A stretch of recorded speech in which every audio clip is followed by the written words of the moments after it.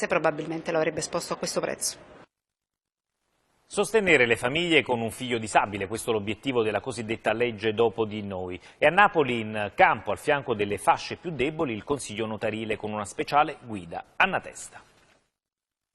Lei ha pensato, quando non ci sarà più suo figlio, dove andrà, cosa farà? Io ho pensato personalmente, ho dato prima di tutto una possibilità economica a mio figlio, una casa, i 2 fratelli e una rendita. Hanno distribuito una guida sulle fragilità sociali ai cittadini campani che hanno figli disabili. Una sorta di informativa chiara realizzata dal Consiglio nazionale del notariato con 13 associazioni dei consumatori sulla legge Dopo di noi.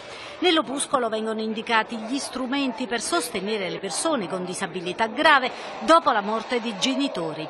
L'impegno sociale dei notai napoletani, come in altri 61 comuni italiani, è quello di mettersi a disposizione dei cittadini per affiancarli nel difficile percorso di sostegno. Qual è il vostro ruolo?